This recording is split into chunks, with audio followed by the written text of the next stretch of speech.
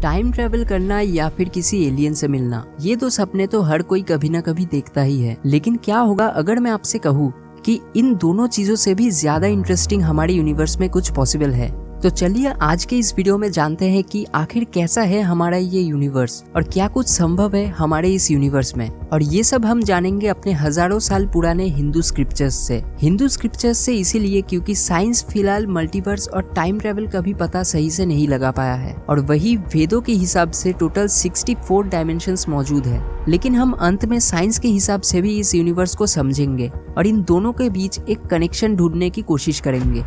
वैदिक स्क्रिप्चर्स के अनुसार जिसको हम यूनिवर्स कहते हैं वो 3 डायमेंशनल है, यानी कि इसे अपने शरीर में रहते हुए एक्सपीरियंस किया जा सकता है। लेकिन हम 4th डायमेंशन जो कि समय है उसको सिर्फ आगे बढ़ते हुए ही एक्सपीरियंस कर सकते हैं, लेकिन उसमें शरीर में रहते हुए ट्रैवल नहीं कर सकते। इनफैक्ट हम 5th डायमेंशन को एक्सपीरियंस भी नहीं कर सकते क्योंकि हमारा शरीर सिर्फ 3rd डायमेंशन के लिए ही बना है। ये सिमिलर है कि आप एक रेडियो जो कि एक ऑडियो डिवाइस है उसमें वीडियो चलाने की कोशिश करो। वैदिक स्क्रिप्चर्स में बताया गया है कि हमारे ब्रह्मांड में बहुत सारे प्लैनेट्स हैं, लेकिन सिर्फ 14 ही प्लैनेटरी सिस्टम्स है जिसमें जीवित प्राणी रहते हैं। और इन प्लैनेटरी सिस्टम्स को वेदों में लोक कहा गया है, जैसे कि सत्यलोक, तपलोक, जनलोक, महरलोक, स्वर्गलोक, भूवरलोक, भूलोक, अतल, वितल, सुतल, तलातल, महातल, रसातल और पाताल। इन्हीं प्लैनेट्स के जीव को हम एलियंस कहते हैं। और अगर इंटरप्लैनेटरी ट्रैवल करना कभी पॉसिबल हुआ देन सिर्फ इसी प्लैनेट्स में हमें शायद एलियंस मिल सकते हैं, क्योंकि बाकी प्लैनेटरी सिस्टम्स में कोई जीवित प्राणी नहीं रहते हैं। भूलोक यानी धरती के ऊपर बताए गए लोकों के जीव अधिक शक्तिशाली और बुद्धिमान होते हैं। जैसे स्वर्गलोक में देवता रहते हैं जो हमसे अधिक पावरफुल, इंटेलिजेंट और डेवलप्ड होते हैं, बट हमारे जैसे जीव तत्व के ही बने होते हैं और उनकी आयु हमसे बहुत ज्यादा होती है।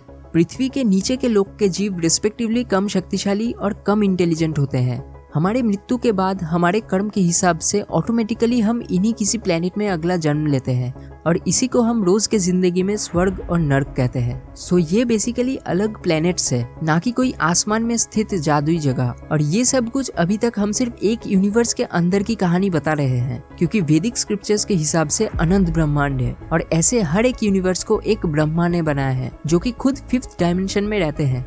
और एक सर्टेन टाइम के बाद ब्रह्मा और उनके बनाया हुआ रिस्पेक्टिव यूनिवर्स दोनों साथ खत्म हो जाते हैं। इसी के ऊपर आता है 6th डायमेंशन, जहां भगवान विष्णु अपने 3 फॉर्म में रहते हैं, कर्णोदक्षाई विष्णु या फिर महाविष्णु, गर्भोदक्षाई विष्णु और क्षीरोदक्षाई विष्णु। अनंत ब्रह्मांड महाविष्णु से प्रकट होता है। इस डायमेंशन में महाविष्णु योग निद्रा में होते हैं और इनफाइनाइट यूनिवर्स कर्णोदक सागर के रूप में तैर रहा होता है। महाविष्णु इन हर एक यूनिवर्स में गर्भोदक्षाई विष्णु के रूप में होते हैं और वहीं पे 6th डायमेंशन में ब्रह्मा की रचना करते हैं। और ब्रह्मा भौतिक लोक यानी कि शुरुआत में कहे गए 14 प्लैनेटरी सिस्टम्स और यूनिवर्स के बाकी चीजों की रचना करते हैं। गर्भोदक्षाई विष्णु क्षीरोदक्षाई विष्णु के रूप में हर एक यूनिवर्स के एटम और हर एक जीवित प्राणी के आत्मा के रूप में रहते हैं और इसी को हम साइंस की भाषा में शायद एनर्जी कहते हैं। ब्रह्मा के जैसे ही भगवान सदाशिव शिव के रूप में हर एक यूनिवर्स में रहते हैं और प्रकृति के रूप में देवी दुर्गा। इसके बाद आता है 7th डायमेंशन। ये फिजिकल वर्ल्ड और स्पिरिचुअल वर्ल्ड का बॉर्डर है। इसी डायमेंशन को ब्रह्म ज्योति कहा जाता है। जो लोग शेपलेस गॉड में बिलीव करते हैं वो सब इसी पे ध्यान लगाते हैं। और इसके ऊपर है 8th डायमेंशन, जो कि स्पिरिचुअल डायमेंशन के अंदर होती है। यहाँ सबसे पहले आता है सदाशिव का धाम। ये 2 हिस्सों में बटा है, महाकाल धाम और कैलाश धाम। 9th डायमेंशन में विष्णु महालक्ष्मी के साथ होते हैं और यही विष्णु के सारे अवतारों का धाम भी मौजूद है। और अंत में आता है 10th डायमेंशन। वेदों में इसको मधुर्य जगत कहा गया है। इस डायमेंशन में बाकी के सारे डायमेंशन मिल जाते हैं और सबसे ऊपर होता है गोलोक या गोलोक धाम। और जो कुछ भी इस ब्रह्मांड में होता है या हुआ है ये सब इसी से शुरू होता है और यही आके खत्म होता है। इसी को सदाशिव कहते हैं और इसी को महाविष्णु कहते हैं। 7th डायमेंशन के बाद जब हम स्पिरिचुअल डायमेंशन में एंटर किए तब से शायद आपको ये वीडियो सही से समझ नहीं आया होगा, क्योंकि स्पिरिचुअल डायमेंशन फिजिकल डायमेंशन से बहुत ज़्यादा अलग होता है और हम उसको इमेजिन भी नहीं कर सकते हैं और ना ही शब्दों में उसको समझाया जा सकता है। अब देखते हैं साइंस के हिसाब से हमारा यूनिवर्स कैसा है। मॉडर्न साइंस फिलहाल हमारे इसी यूनिवर्स पे रिसर्च कर रहा है। इसी यूनिवर्स के अलग अलग गैलेक्सीज और प्लैनेट्स का रिसर्च कर रहा है। और रिसेंटली 5 अक्टूबर 2020 में वॉशिंगटन स्टेट यूनिवर्सिटी और टेक्निकल यूनिवर्सिटी ऑफ बर्लिन के एस्ट्रोबायोलॉजिस्ट डर्क स्कूल्स मैक्यूच ने ऐसे प्लैनेट्स खोजना शुरू किए जो अर्थ जैसा या अर्थ से ज्यादा अच्छा हो, और सरप्राइजिंगली उन्हें और उनके टीम को ऐसे 24 प्लैनेट्स मिल भी गए जिनके एटमॉस्फेयर अर्थ से इतना अच्छा है कि हमारे वहाँ रहने से हम इतने तंदुरुस्त और शक्तिशाली हो जाएंगे जैसे कि हमें कोई सुपर पावर मिल गई हो, जो कि वेदों में बताए गए अर्थ के अपर प्लैनेट्स के डिस्क्रिप्शन से मैच करता है। लेकिन इन 24 प्लैनेट्स में से फिलहाल 2 प्लैनेट्स KOI 5715.01 और KOI 5554.01 जिनका एटमॉस्फेयर अर्थ के मुकाबले बहुत अच्छा है और वहाँ रहने के लिए हर एक चीज मौजूद है। लेकिन अगला प्लेनेट साइंटिस्ट को इतना हैबिटेबल लगा कि एक्स्ट्रा टेरेस्ट्रियल लाइफ का पता लगाने के लिए 2017 और 18 में मैसेजिंग एक्स्ट्रा टेरेस्ट्रियल इंटेलिजेंस और METI ऑर्गेनाइजेशन ने वहाँ मैसेज भी भेज रखा है। उन 2 मैसेजेस में एक था एक शॉर्ट म्यूजिकल कॉम्पोजिशन और दूसरा एक scientific tutorial about our location in universe.